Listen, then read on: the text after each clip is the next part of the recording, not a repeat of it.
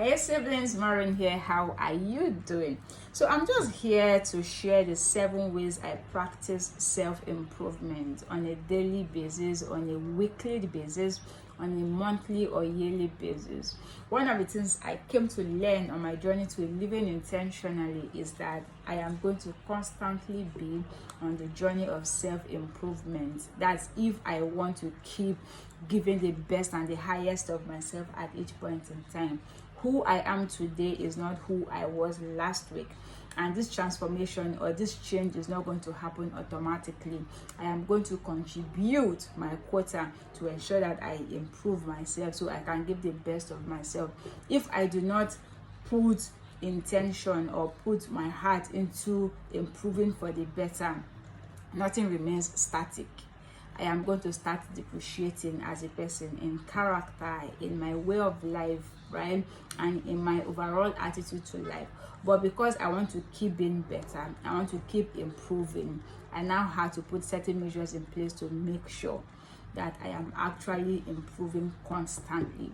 So I'm just here to share some of the 7 different ways that I have put in place to ensure that I improve as much as possible.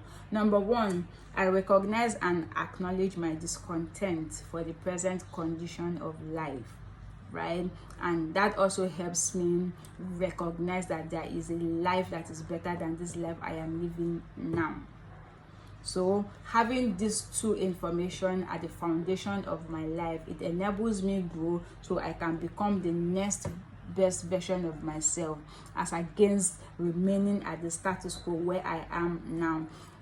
That is not saying that I am not content for who I am now, right? I am content for who I am, but at the same time I have the desire and the interest for more. Being content for now ensures me to stay grateful for where I have journeyed, but then it gives me the foresight to recognize that there is something greater ahead of me. There is something greater God has in store for me. But in order for me to embark on that journey to manifesting the greater, I have to be grateful for now, and at the same time have a measure of discontent, right, for this level, so I don't remain on this level forever. The next thing I do is to envision my future self. I know that God has a plan for my future. I know that my life was not destined to remain here, but in order for me to embark on that journey to where my future is, I have to envision it. For me, envisioning my future means learning how to peep into the mind or into the heart of God to see God's intention for my future, right? So when I embark on this journey of envisioning in partnership with the Holy Spirit, I see how my tomorrow should unfold if I follow God's plan for my life. I see how my tomorrow is going to turn out, and I see it in my marriage, in my family, in my business, in my career, in my spiritual development journey, in my finances, in my health, in my social and recreational life. After envisioning, the next thing I do, I begin to identify the areas of my life where I need improvement if I am going to get to that place where I have envisioned.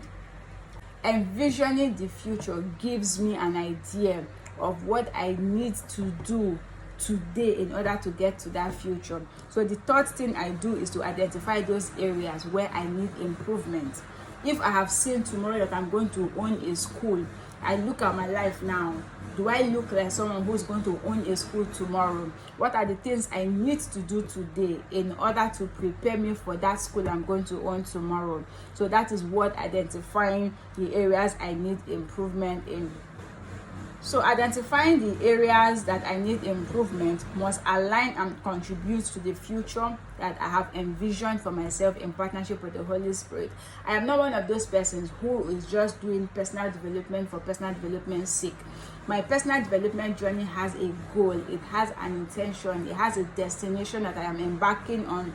I'm developing myself so I can get to that future, so I can get to that destination that I've seen for myself tomorrow. So I identify those areas. After identifying those areas, the fourth thing I do is to seek out knowledge in the areas that I have identified that I need improvement. Just because I've identified the areas that I need improvement does not mean the improvement has happened. I've come to learn that our life gets better to the degree of the knowledge and the information we have at our disposal.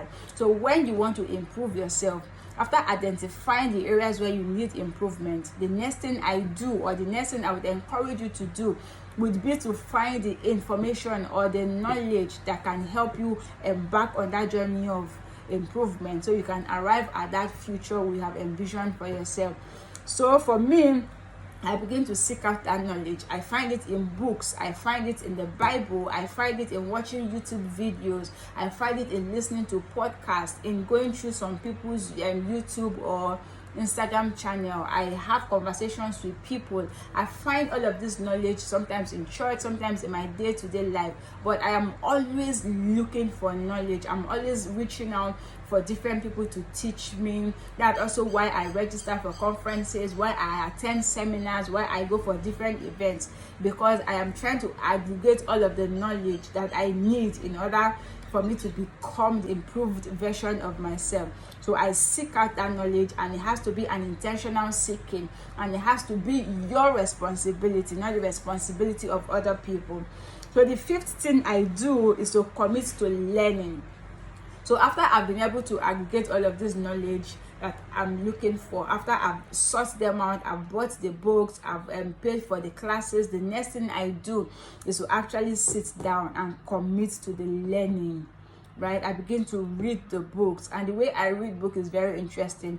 When I'm reading a book and I'm actually very interested in learning stuff from, I have a book by my side where I begin to write down lessons. I begin to write down decisions that I am going to make based on what I have read. So I commit to learning. If I'm watching a YouTube channel, the end goal of that YouTube channel is so I would have actionable points that I'm going to apply to my life that is going to contribute to my self-improvement. So I create a schedule of learning for myself.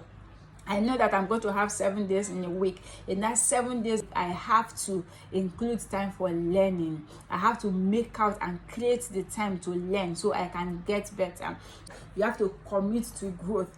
One of the things I love about my life is how I am very inquisitive, right? I'm very inquisitive. Like, I can pay for a course, and the reason I'm paying, yes, to learn, but then I also want to see the design thinking behind the creation of the course. I can buy stuff and tear it down because I want to know what was in the mind of the manufacturer, what were the different steps that they employed in order to get the finished product. So in order for you to learn, you have to be a very curious mind. You have to ask a lot of questions. Don't just take everything hook, line, and sinker. Even this thing I am telling you now, study it and try to find out if what I'm saying makes sense. Ask questions. The more questions you ask, the more clarity you're going to have. The more you will even have points of improvement. Because once you ask a question, somebody gives you an answer. Question the answer they gave you and try to dissect it if it applies to you. If it doesn't apply to you, the next question will be, how do I apply this thing that they have said to my own life? So the next thing I do, number 6, is to apply the knowledge that I have learned. So when I learn stuff, I try as much as possible to just quickly apply them.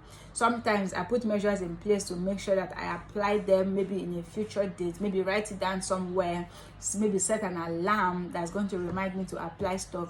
But application, it's one of the most important aspects of learning. Once you finish learning, you must commit to applying what you have learned, right? For example, I've mentioned a lot of points in this video. I'm going to encourage you that you sit down and write down the different points that you are going to apply to your own life, right? The purpose of knowledge acquisition is changed behavior and improved life outcome. So every knowledge that you are getting must inform your thinking pattern. It must influence your mindset, and then it should also change your behavior. When it has changed your behavior, then it can improve your life outcome. I believe that the reason you go for knowledge is because you want to improve your outcomes, and you want to improve your results. So for me, there are different stages of learning, right? The first stage of learning is what I call knowledge acquisition. This is where you begin to search out the knowledge that you need for the life that you know that you desire. Number 2 is to understand the key principles backing up what I have learned. Every knowledge has principles backing it up. So it's important for you to understand the principles backing up the knowledge that you have learned. And number 3, you have to apply this knowledge that you have received. Apply the knowledge in the best ways possible, right? These are the 3 stages of learning for me. There's knowledge, there's understanding, and then there is the wisdom, which is the application of the knowledge that you have gained. And then the 7th practice that I put in place to ensure that I am constantly improving is to practice frequent self-evaluation. One of the most profound things I learned on my journey of living intentionally is that if I never pause to evaluate my results, if I never pause to evaluate my life outcomes, I'm never going to know if my life is moving forward or if my life is experiencing retrogression. So I have to constantly practice self-evaluation. I have to pause and ask myself questions. These things that I am doing, or these things I've been doing for the past number of weeks or the past number of months, is it actually contributing to my improvement, or is it drawing me backwards? These people that I'm hanging around, have they been contributing to my life, or are they depleting my life? This church I am attending, is it contributing to helping me become more like Jesus, or is it taking me further away from the image of God? This work I am doing, is it contributing to helping me become the best version of myself, or is it making me less significant and valuable in the world? Right? So you ask this question for the different aspects of your life, and make sure that you're constantly evaluating your life, evaluating your outcomes, you're evaluating the actions that you are taking that is leading up to those outcomes, so you can know what you need to do again in order to improve your life. So these are the 7 things that I do. These are the 7 ways I practice self-improvement. It's important that you have a system that enables you to apply this self-improvement, so you can always evaluate your life. These are some of the things that you have to do as an intentional person who is not living by default, but someone who is living by design, bearing in mind that you have a certain level of role to play in the outcomes of your life, so you can improve yourself, so you can have the capacity to play the role you have to play in becoming the best version of yourself.